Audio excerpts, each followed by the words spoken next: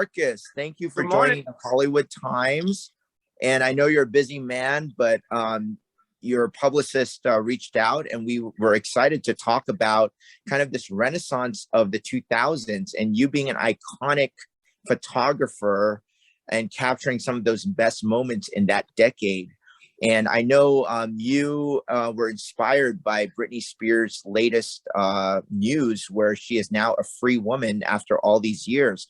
First of all, tell us your thoughts about that. You being someone who photographed her in some of her most tumultuous moments in the 2000s, but also moments of glory. Tell us a little bit about kind of your relationship with Britney Spears and your thoughts about the latest news. Well, first of all, I'm obviously very happy for her because, from whatever I heard, like, everybody else on the news, that seemed quite horrible. I have only experienced, working with Britney at, the very, very best moments with her because, that was in 2004, right before the Onyx Hotel tour. She hired me to do a very big campaign shoot for her tour, which ended up, being multiple Vanity Fair covers. Outtakes of them were used for multiple fragrance campaigns.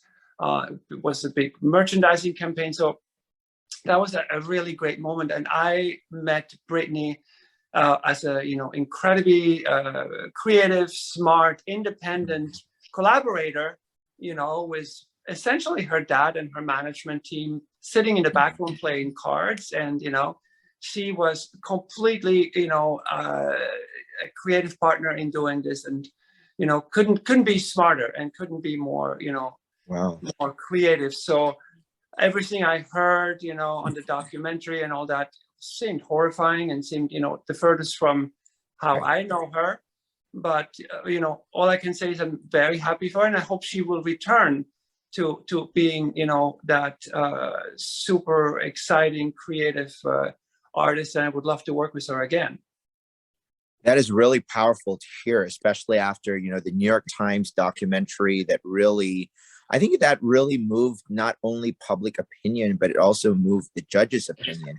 Judge Benny was very moved by that, and hence a very quick, verdicts, and then she was released. So this is really, this is iconic in itself. So I really do hope that you captured some pictures, and certainly by looking at Britney's social media, it's very clear how happy she is and how, this Phoenix has risen now, and she's very excited for the next chapter of her life. But let's bring it to your photography, because you yourself are quite an accomplished photographer. And I'm actually looking at some of these pictures that you captured of Britney, specifically the one that was advertising the Midnight Fantasy fragrance. Yes. And this is so beautiful. Kind of tell us a little bit about the inspiration of, that shot you captured, and, maybe the filming of that or the photography on set that day. So when her team and herself contacted me in 2004, they were pretty much getting ready to started her tour, the Onyx Hotel tour, which was one of her big iconic tours. And they had already from the stage design, from the concert design, they had some concepts, which then they were given to me, and I translated them into a photo shoot. They had certainly a lot of magic elements. So not just the fragrance campaigns, which really, as I said, they became later. They were outtakes from that original Onyx Hotel tour shoot. And, but these setups, she had sort of written down, I think, on a piece of paper that was given to me by her stylist, some of the inspirations. And, it said something like, Ice Princess and, Lobby and, Your Magic Forest, and then Jazz Club. And so that's all she sort of like had said. And then, based on that, within about only 2 days notice, I pulled together, with working with a couple set designers and her own stylists, some ideas in my studio. And, I remember her arriving, and, that was the first time that I met her. She was just sort of like walking towards me, and I was like literally thinking, this is the most beautiful woman on earth. I've never seen somebody as beautiful. And that is me working with all the supermodels and all the celebrities, at that time. But when I met Britney, I mean, it was absolutely, she couldn't have been more stunning. And at the same time, very like normal too. Yeah. Some people are very beautiful, but they're sort of like high fashion stylized. But then she was very girl next door at the same time.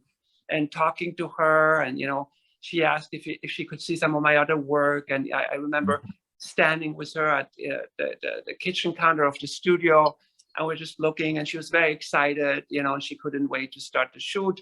And so it was very personable working with her, again, those are all these things like, how could it be said she was not in charge of her life? Because, that's not what I saw. Granted, that was a few years earlier, before, whatever story started, but, I can only talk to what I witnessed. What you experienced in 2004. Yeah. Absolutely. So then we started, Marcus. Yeah. I was, really wanting to hit the topic, and thanks for sharing the great stories with Britney. I think a lot of us, feel the same way as you. But you had talked, at least your publicist had talked about the Renaissance of the 2000s, and obviously I'm a huge fan. I came of age during that decade. Why do you think that there is a resurgence and a renaissance of the 2000s today? Okay, well, there's several reasons. I would say the biggest, most obvious reason is that we just went, or we are going, through, a global pandemic. Life has been impacted dramatically for most people. And so it's sort of like logical when you think about, sort of the last good times. And I think that, there's an element of nostalgia. I've certainly, have only the best memories from that time period. It was fun. We were all a little younger. And, so to be honest, that's one reason. Then it's also the reason that this period is now about 20 years past. And with all other decades, the 60s, the 70s, the 80s, fashion and even art, because this is the first time that the 2000s are becoming relevant in art galleries, because, I focus a lot, my career is very much focused around art galleries. I have a big museum announcement coming up. I mean, this is very serious, art gallery business now. And, I am seeing the interest shifting, and up to this time, most people that are collecting, for example, limited edition art photography were very much focused on the 60s, maybe 70s, but all of a sudden the 2000s are opening big time. And my work was Beyonce and Britney and Mariah and Mary J. Blige and, Jennifer Lopez, Kimberly Simmons, all of these Kelly's on the, on the milkshake thing and stuff. I haven't heard that name in a while. Well, it's still hot. And, so all of these works are probably almost all of a sudden gaining the interest. I was just in Art Basel, Miami, and these works were all over the fairs, all over. Literally, I was, presented in several of the fairs by multiple galleries. And, so the 2000s are definitely here to stay. They've been, this is not completely new. For the last few years, fashion has definitely flirted with 2000 trends, on and off. But I think COVID has sort of definitely, put out that kind of appetite towards 2000s, imagery, fashion trends. And yes, specifically, what are those trends, Marcus? I'm curious to, so I can watch out for it. That's actually a very good question. And people ask me, some people said that I defined a lot of these moments, and, it's possibly, something that I agree with. But I have to be honest, when I shot this stuff in the 2000s, I didn't really particularly think to say to myself, oh, let's create something, 2000s. I was personally very inspired by the 70s. And, remember Tom Ford and Gucci and the whole, that time. It was often, a look back at the 70s. And, the disco balls and, all of that stuff was part of that, the glitz, the bling, and so it was sort of a 2000 interpretation of the 70s that now looks very 2000s because, of course, the 70s had their own really look. But so I think that pretty much sums it up, and then, of course, there's this certain fashion styles and all that, but I think it's more of a vibe. It's more of a vibe. It's pretty colorful, obviously, just look at it, like my cover of Beyonce for Dangerously in Love, the diamond top, and, even just her pose and her, her gaze and all that. It is something, very sexy and very, it's also fun, it's definitely, when looking at that, we're escaping, what we're going through right now, maybe for a moment, this angst and anxiety, and now it's a new variant, and we don't know where we're going with this and stuff. So you look back at Britney in 2004, and this is a smile comes to your face, and it's like, good times. And so I am very much loving this because it's nice to deal with beautiful moments, and that's what I do. My work is about beautiful things. It's about dreaming. It's about embellishing. It's about bringing out the very best of these celebrities. It's capturing a moment that defines them at the height of their career. Yeah, I think that there's clearly a spirit to your work. And actually, what's very interesting is you do have a limited edition box set of 21 of your artworks, right? So tell us a little bit about that. I guess it's 21 different portraits of maybe iconic moments of the 2000s. And there's only 100 that you're releasing, and it's going to be signed and numbered and only available through select galleries worldwide. And my favorite part, a percentage of the proceeds are going to benefit selected nonprofits committed to mental health. So tell us, I'm sorry, this is a loaded question, but tell us a little bit about the box set and some of those nonprofits that are going to benefit from this. Okay, well, thank you so much for the, this is clearly the elevator pitch, and you summed it up perfectly. So I am actually about to release a new coffee table book, but as I talked about that to some of my friends, a very prominent advertising agency called Nice, they're in New York, Paris, Singapore, and Tokyo. The owner, Davide, decided to suggest a special project to me. So he goes back, Davide Nicosia goes back, is one of those advertising gurus that, imagine Mad Men, he's a guy right out of the, out of that sort of world. And in the 90s, he himself did a book with Richard Avedon and Calvin Klein that was a similar special edition book. Mm-hmm. And he said to me, before, doing your big coffee table launch, let's do a gallery project that's a book, but it's in a form of a box. And so, we were talking about the last 20 years, we're now obviously in 2021, that's almost over. But, this concept of 21, we really like that number. And so we came up with a curation that included the best photos, one photo, the best photo of each of these years. So, in 2000, we have Letitia Costa, the famous French supermodel / actress, who used to be the face of Victoria's Secret. We all remember her nude on the cover of Rolling Stone magazine, back in the day. She's still gorgeous. She's still a big star in Europe. And so I photographed her for a diamond campaign. So that's the first picture in the box. And then in 2001, of course, David Bowie, outtake from my photo shoot for his He's an album cover. in 2002, there's Pharrell Williams. When I shot him for Interview magazine, he was at that time a young up and coming musician. 2003, Beyonce, of course, for Dangerously in Love, then Britney in 2004, and so on. And it, ends on 2021. Wow. With no less than Lauren Gray, the TikTok superstar, one of the biggest internet stars of today. She has some 54 million followers, I think, on TikTok alone.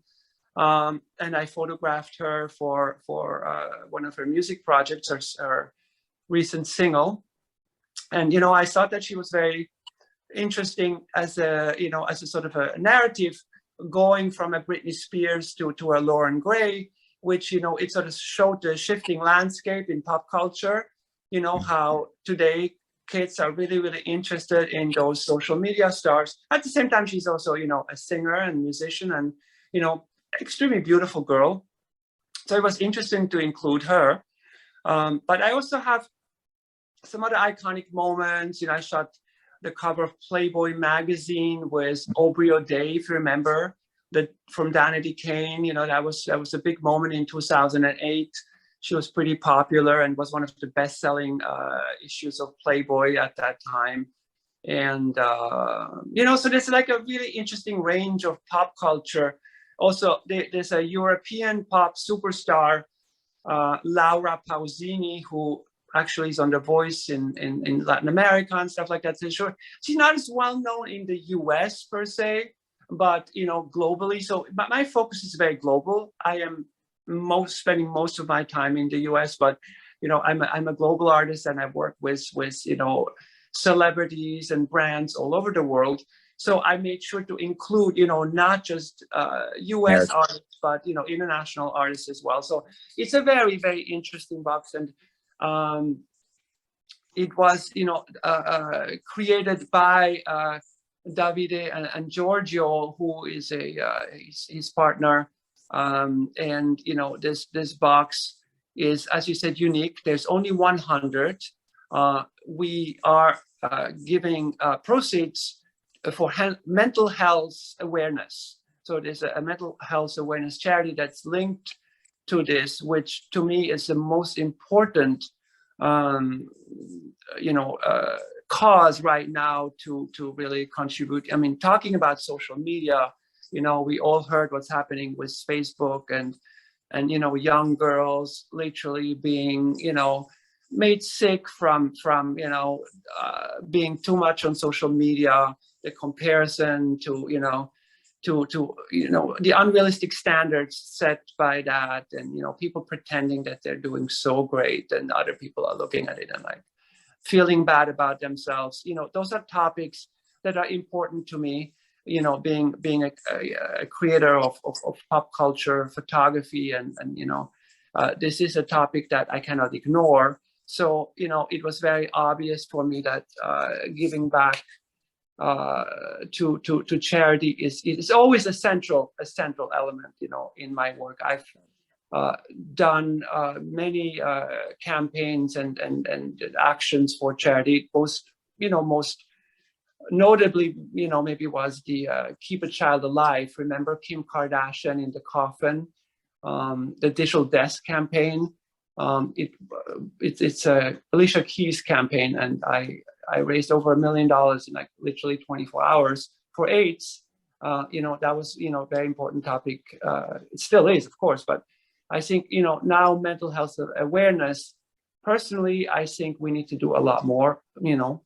Just like homelessness, I'm about to embark into a major homeless awareness campaign, another extremely important topic. So all my art projects are linked in generally to charities.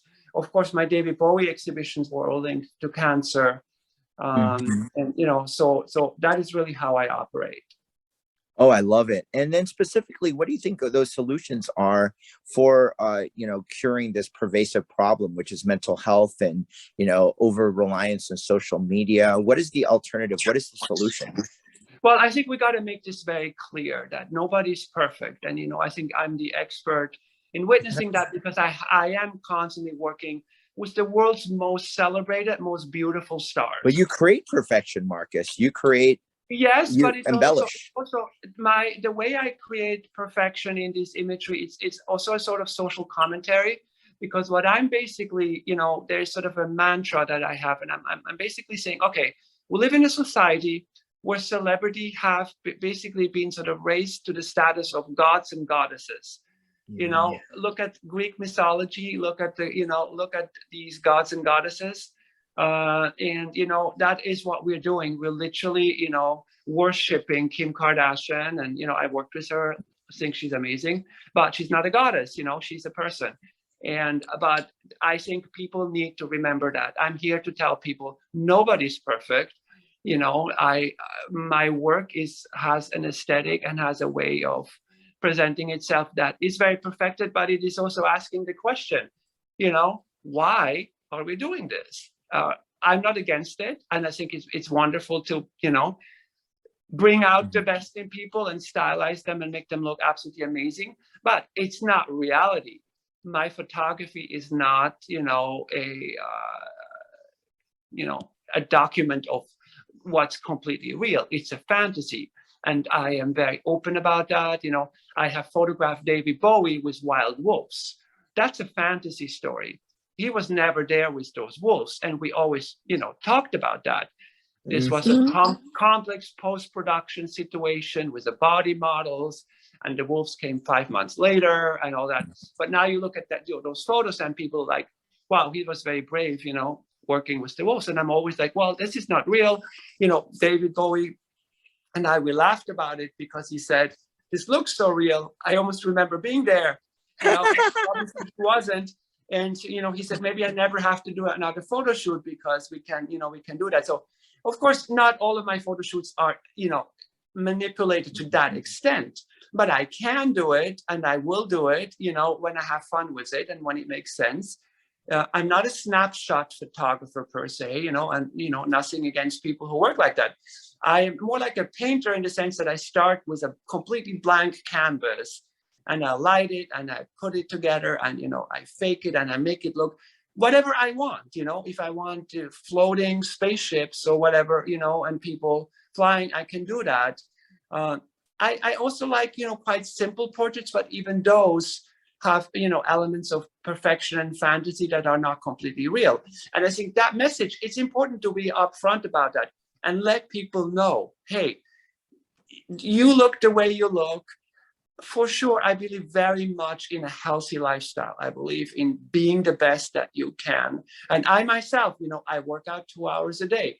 I eat very healthy. I don't eat things I would love to eat because, I don't want to, gain weight. And I want to be, now with COVID, for instance, I'm very aware that it's better to go to bed hungry a little bit, to have your immune system stimulated by not overeating and indulging and alcohol, cigarettes, drugs. I wouldn't do any of it. Even espresso. I'm an espresso addict, but I'm trying very, very hard. I don't do coffee either. A couple sips in the morning, and that's it. And when I start, drinking 2 or 3 or 4 of them again, I used to have 30 espressos a day. That was my big addiction. And I'm trying very hard to not do that, because at a time when we want to make our immune systems, at their very, very best and, live the healthiest life possible. Currently I even work with a prominent Beverly Hills doctor on a campaign, an awareness campaign to pretty much, I can only say this much, pretty much be the best you can be and be happy with that. And that's my message, especially to young girls on social media. Don't believe the hype. Don't believe that friend of yours that's always on vacation, that's always happy, that's always surrounded by, it's only sunshine and Ferraris. And, this is not real. This is all staged. I know a lot of these influencers, and they're themselves very stressed out because it's really hard to constantly portray this, vision of absolute perfection and absolute happiness. And then people look at this and they say, oh my God, they have such a great life. I'm such a loser. Why am I not that? And, we need to destroy that myth. and social media platforms need to support that. And let's spend a little less time on social media and a little bit more time at the gym, and a little bit more time eating healthy, and things will change. And I think depression and social anxiety can be controlled by already becoming aware that none of this is real. Marcus, a strong message about being real, being grounded, being humble, and understanding the beauty of imperfection. So very, very, very strong message. Thank you. And everyone needs to hear that. How's Iman doing? I know you've been so close to David Bowie, and I know I just read an article recently that it's been 5 years now, and she's still dealing with all the the missing of her soulmate, and that article actually made me cry when I read her recent interview. So how's she doing? Yes, I have worked with Iman for many, many years. She's one of my absolute mentor and muse, in the sense that I met David Bowie because of her. It's an interesting story. In 2001, I was on a shoot with Interview magazine, and I met this famous makeup artist, Paul Starr, who at the time was one of the most prominent celebrity makeup artists. He worked with Angelina Jolie and people like that.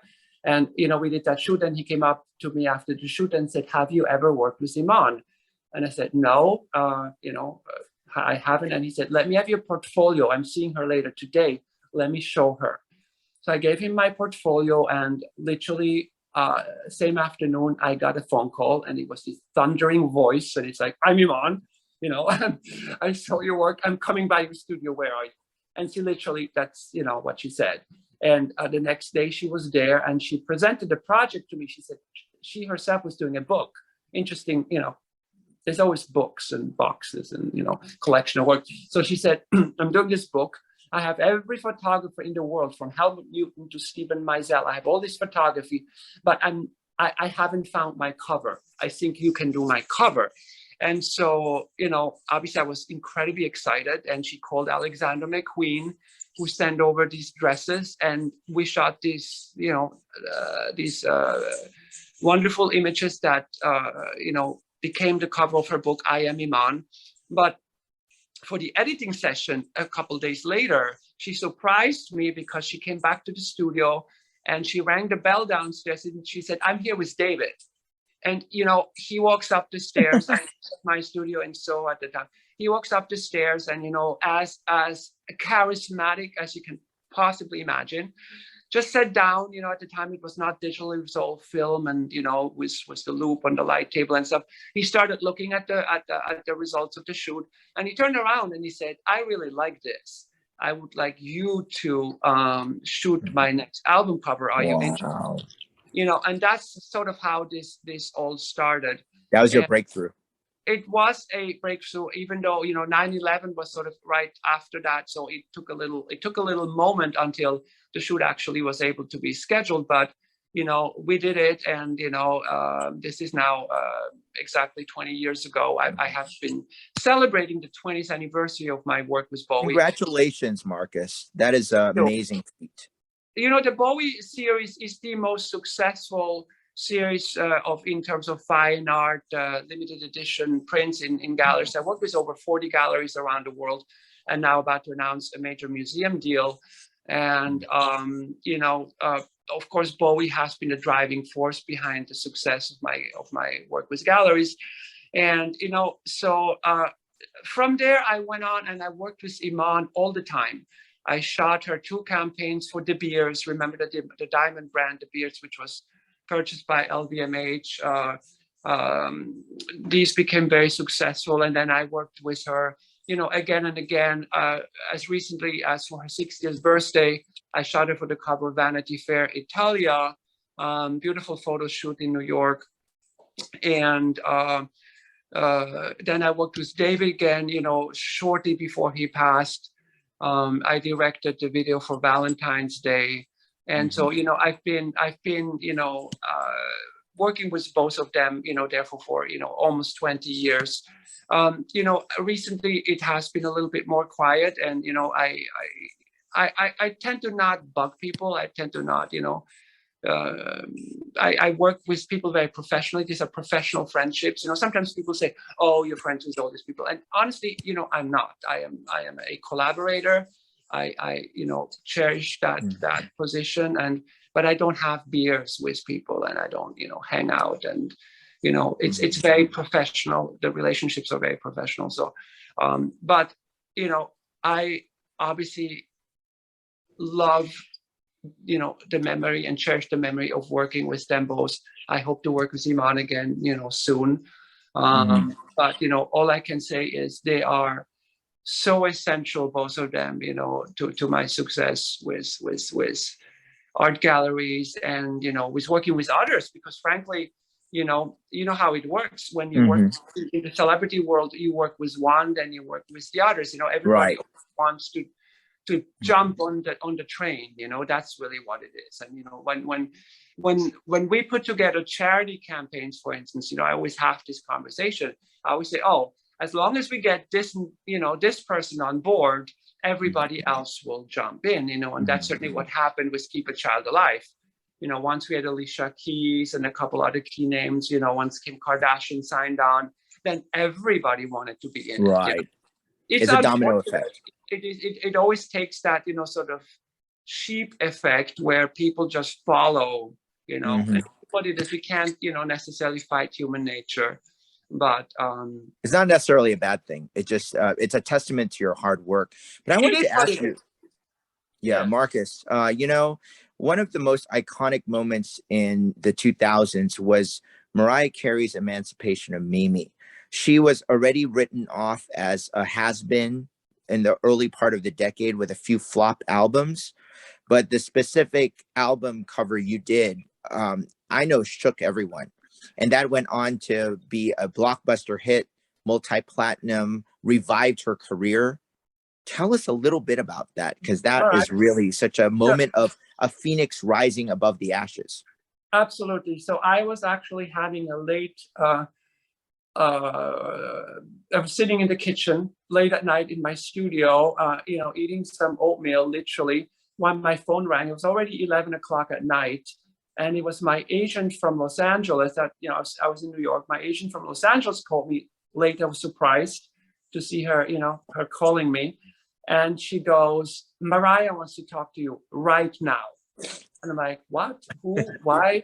And, and within the hour, Mariah called, and she said that she saw my work, and she had just shot with another very prominent photographer, I won't name the name, who, apparently created a disastrous photo shoot.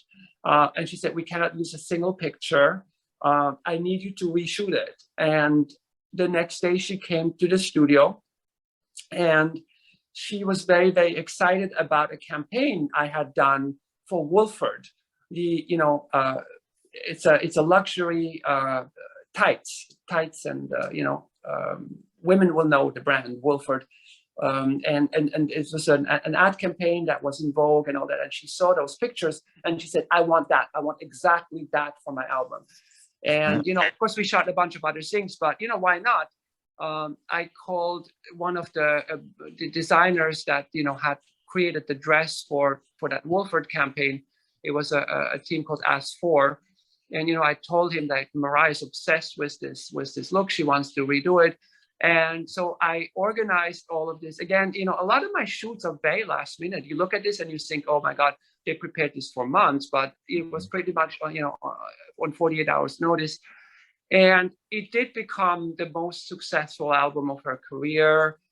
It did put her back on the map, in a very, very big time. And I remember L.A. Reid coming to the studio, high-fiving me, and he said, if you ever need anything, call me, because this is great.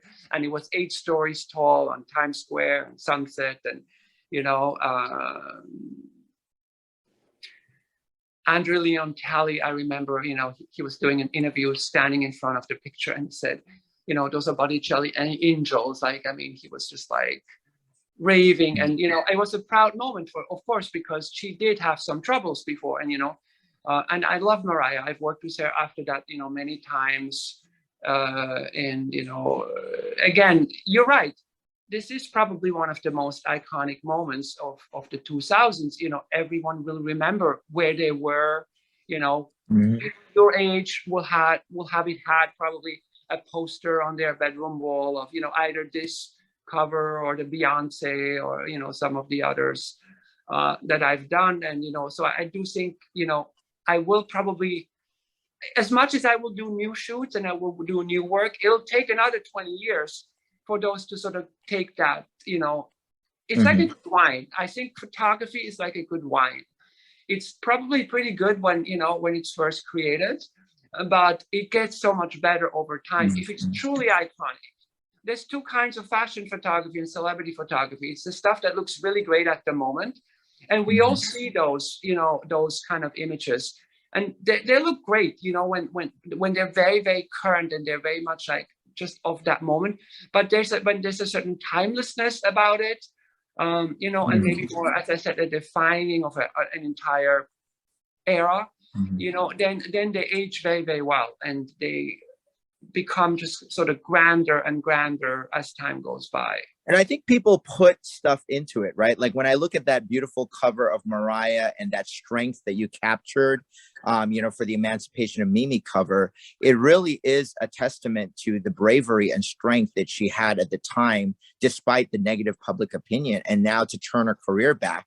And I think we got to credit you, Markus, for hearing All I Want for Christmas Is You everywhere we go now, every holiday season, right? Because that has taken a life of its own 25 years after the fact. That piece of work that she did in 93, 94 is now, basically has this resurgence every Christmas. So well, I certainly cannot take credit for her enormous musical talent, which is, undeniable and so iconic on its own. But I do certainly feel I contributed to the moment, and yes. I certainly feel like steer the ship back. As a photographer, what happened? You may have clicked a button there. No, okay, there you're back. Somebody tried to call me. Okay, sorry. You just edit that out, right? You can. Oh yeah, that's fine. That's no big deal. So where were we? Oh yeah, you're not going to take credit for the full thing, but you did turn the ship around. Yes. So I think yes. What I was going to say is, as a photographer, working with musicians in particular, there's obviously the music has to be there. The music has to be fantastic, and the artist has to be, very talented. As a photographer, I can only help launch the music by bringing the attention to it, and then of course it has to be good, obviously. So yeah. I cannot take credit for anything else except bringing the attention towards whatever music is being put out, of course. Absolutely. No, and credit deserved. Now, you yourself were a previous musician, a classical harp soloist, and any plans to go back into that? And also, you had a reality show. Any other projects besides your photography, Markus, that we can look forward to? Well, so yes, indeed, I actually started my life as a classical musician. I started, musical training since I was 3 years old, because my father was a symphony orchestra musician. And so, I was in that environment, and I became a classical harp soloist. So I spent many years touring the world, giving recitals and appearing as a guest soloist with symphony orchestras. And I was under contract with EMI Classics and made several recordings. But in 1994, I had a hand issue that forced me to, cancel tours and recording sessions. And I decided at that time that I sort of had reached, my childhood goal and childhood fantasy of becoming a successful classical concert soloist. And I decided to become a fashion photographer at that time. And, I never looked back, and I actually prefer my temperament and my personality are actually more suitable to be a photographer, because, practicing 10 hours a day You know, it's sort of like Olympic ice skating type of thing. It's so hard to be, you know, perfect on stage that I prefer the fun, creative, you know, sort of schedule of a photographer. But I'm just telling this story because it leads to my next project. So during COVID, the lockdown, I didn't really leave my house for about 14 months. I was pretty much being very careful, and I got bored. And so, you know, the obvious thing to do was to think about playing an instrument again. And as a teenager, I played in a rock band. I played electric guitar in a rock band. So I decided to practice guitar, and you know, one thing led to another, and I met this amazing custom guitar company called Suhr, S-U-H-R, Suhr. They're kind of like the Rolls Royce of, you know, of custom guitars. And they made a guitar for me that was so beautiful, a custom guitar on my, you know, on my own design. It was so beautiful that it inspired me to do a photo shoot. So I called my friends at Fujifilm, a company that sponsored me for the last 20 years, and with whom I work with, you know, on even helping them developing cameras and things like that. And I said, hey, I got this amazing guitar, and I never shoot still lifes, but I want to do a photo shoot because I'm bored with this guitar. You know, I can't go out and do photo shoots with people, so I want to do an amazing photo shoot. And they said, yes, we have a new lens. Why don't you use this new lens? And, you know, I did this project. I call it Telecaster, and you know, it's very colorful, sort of abstract still lifes of this guitar. And now I have decided to release these shots as NFTs. So in January, there will be a live minting NFT event here in Los Angeles. You know, and I will send you the link for where people can see where to go. And the event will be called I'm Ready for My Close-Up. So it will be close-ups of lips and eyes and this guitar, and it will be a very, very fun event, and, you know, bring a sort of a different aspect to my work into the NFT space. And this will be my first, you know, major NFT drop. And I'm excited and looking forward. So, you know, between the Box 21 and the NFT drop, and, you know, the upcoming museum announcement and so on, I keep very, very busy, and now I do new photo shoots all the time. So I was just in Art Basel Miami, you know, where my work was shown everywhere, but I did a new photo shoot with one of the stars of the television show Power, Woody McClain. I shot him in a collaboration with Ferrari and the National Hotel Miami Beach for a very fun photo shoot for the magazine Galore. That's coming out in a couple of days. And, you know, so I do these special projects, you know, as a collaborator. I call them, you know, art collaborations. Basically, they may end up being on campaigns or on magazines, but I approach them as art collaborations, you know, where I'm not like a hired photographer in that sense, but these are my ideas and my you know, my productions. And then, you know, I find the right places. But, you know, I love nothing more than seeing a picture of a celebrity move from the cover of a magazine onto the walls of galleries within the matter of weeks. You know, normally it takes 20 years for that process to happen. You know, I shot Billie Eilish for Vogue, in March of 2019, I believe. And literally a month later, you know, the work was seen in galleries around the world as well. So, wow. You know, this is really fun for me. And, you know, putting these new big superstars into a lineup of the very iconic Beyonce, Britney, Mariah, you know, Bowie kind of, you know, environment. It's a lot of fun. And I think it's, you know, very mutually beneficial. And also it allows people, again, to see this photography large scale, because, you know, there are no more stores like the Virgin Megastore and Tower Records. Remember when you used to walk into Tower Records and you see— it was very visual. Very visual, the posters, the cutouts and all of that. We have none of that left. It's just our phones and our, you know, iPads and stuff. Streaming, so Spotify. Yes. So, the labels love that because they can see their artists, 8 feet tall in the galleries, and, people having, this experience. I mean, sometimes I've had people cry, like in Japan, for instance, when I showed Bowie in Japan, I literally had dozens of Japanese Bowie fans, in the gallery in tears, shaking, and, grabbing my hand and saying, "You met him."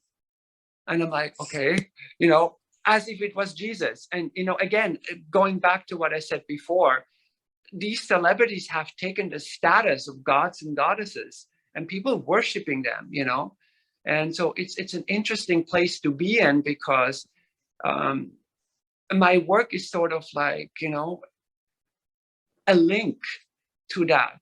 And, I, as a social commentary, I think it's very interesting to ask the question. I'm not answering the question, I'm only asking the question. Why are we doing that? Everyone can answer that question for themselves, I'm not against it and I'm not for it. I'm just saying this is happening, and, we're dealing with it. Yeah, I think people need to find their personal power and not put it all on celebrities and idols. But, we can always appreciate like what you've done. And so I really like the message of groundedness. I think inspiration is great, but you got to do your own thing, go Amen. to the gym and, be the best that you can be, create your own, I love it that there's a lot of entrepreneurs now these days, everybody. Right. Is becoming entrepreneurial, and that's cool. So let's see where this all takes us. Yeah. Okay. To wrap up, thank you so much for your time, Markus. I really appreciate your thoughts on your career. But who's the human being behind this great talent that's you in front of us? Are you based in Los Angeles? What are you doing in, when you're not working, or maybe it's 24/7 work, but, I know you like to work out and do, and work on health and fitness. What are some of your other hobbies, and what do you do in your spare time? I do not have any spare time, and you said it is 24/7. And, sometimes I wake up in the middle of the night and I'm answering emails, and I'm nonstop. In the last 2 months, I literally, I just had my exhibitions opening in Toronto, Munich, then there was Art Basel. It's now, preparing several big events, including the NFT drop in